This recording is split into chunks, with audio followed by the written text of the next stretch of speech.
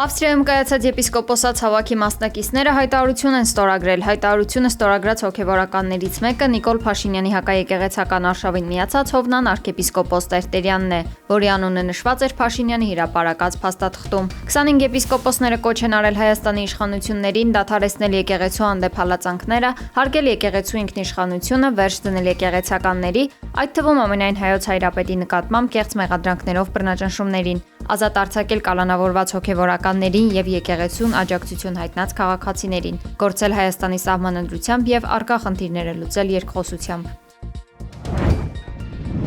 Մեծատառերով գրված խաղաղություն բառի ֆոնին Ադրբեջանի նախագահն ու Հայաստանի վարչապետը իրար ձեռք են սեղմում։ Այն, ինչ կարող է պատահականություն թվալ, խորը խորհրդանշական իմաստ ունի, Facebook-ի իր էջում գրել է Ադրբեջանի նախագահի օգնական Հիկմետ Հաջիևը։ Դոնալդ Թրամփը որպես խաղաղության խորհրդի հիմնադիր նախագահ կրկին ընդգծել է Ադրբեջանի եւ Հայաստանի միջև խաղաղության օրակարգը, գրել է նա։ ԱՄՆ-ում կայացած խաղաղության խորհրդի առաջին նիստում նախագահ Դոնալդ Թրամփը կրկին անդրադարձել է հայ-ադրբեջանական հարաբերությունների կարգավորմանն ու խաղաղության հաստատմանը, որը, ինչպես ինքն է ասել, հնարավոր է դարձել իր շնորհիվ շուրջ 32 տարի անց։ Փաշինյանն ու Ալիևն էլ իրար ձեռք են սեղմել իբրև համաձայնություն, չնայած որ իր խոսքի ընթացքում Թրամփն է հորդորել ոտքի կանգնել։ Thank you, Mr. President, very much for your leadership. ԱՄՆ փոխնախագահ Ջեյդի Վենսը, որ օրեր առաջ պաշտոնական այցով Հայաստանում էր, շնորհակալություն է հայտնել Փաշինյանին ու Ալիևին, ցույց տալու համար, թե ինչի կարելի է հասնել իրական առաջնորդության միջոցով։ Ֆրանսիայի նախագահ Էմանուել Մակրոնը մայիսի 4-ին կժամանի Հայաստան, հայտնել են միջազգային լրատվամիջոցները։ Ըստ շրջանառվող տեղեկությունների, նրա այցի նպատակը Երևանում կայանալիք եվրոպական քաղաքական համայնքի 8-րդ գագաթնաժողովին մասնակցելն է։ Մակրոնը Երևանում կլինի 2 օր։ Նախատեսված են երկկողմ հանդիպումներ Հայաստանի բարձրագույն ղեկավարության հետ։ Երկու երկրները դեռևս հանդես չեն եկել պաշտոնական հայտարարությամբ։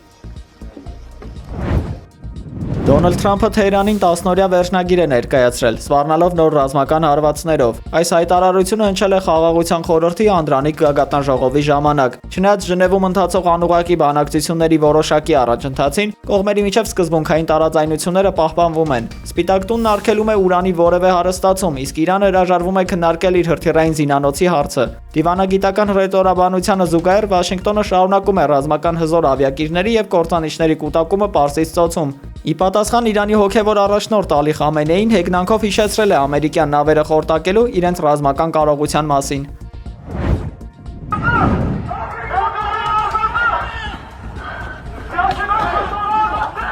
Վաշինգտոնում Իլհամ Ալիևի անվտանգության աշխատակիցները ծեծի են ենթարկել ադրբեջանցի ցուցարարներին։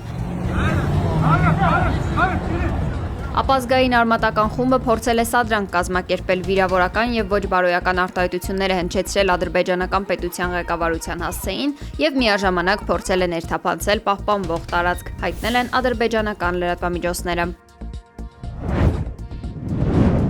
Էփշտեյնի գործով շուրջ 12 ժամ տևած հարցաքննությունից հետո նախկին արքայազն Էնդրյուն ազատ է արձակվել։ Մեծ Բրիտանիայի Չարլզ III թագավորի կրտսեր եղբոր Էնդրյուի ձերբակալման մասին փետրվարի 19-ի առավոտյան հաղորդել էր BBC-ն։ Հեռուստաալիքի տեղեկություններով թագավորի եղբայրը ձերբակալվել էր պաշտոնական դիրքի չարաշահման կասկածանքով։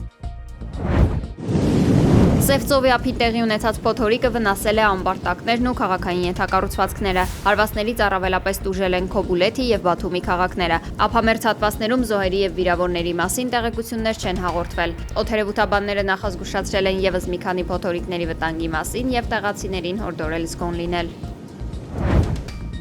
Ստավրոպոլում Կիևի գործակալի են հայտնաբերել, հայտարարել է Ռուսաստանի անվտանգության դաշնային ծառայությունը։ Նա աբեկչական հարձակում էր պլանավորում հայրենիքի պաշտպանի օրվա տոնակատարության ժամանակ։ Տղամարդը պետք է պայթեցներ հայրենիքի պաշտպաններ հիմնադրամի Ստավրոպոլի մասնաճյուղի շենքը եւ հարակից այգին։ Նա ձերբակալվելիս զինված դիմադրություն է ցուցաբերել, սակայն հանցագործին անվտանգության աշխատակիցները չեզոքացրել են պատասխան կրակով։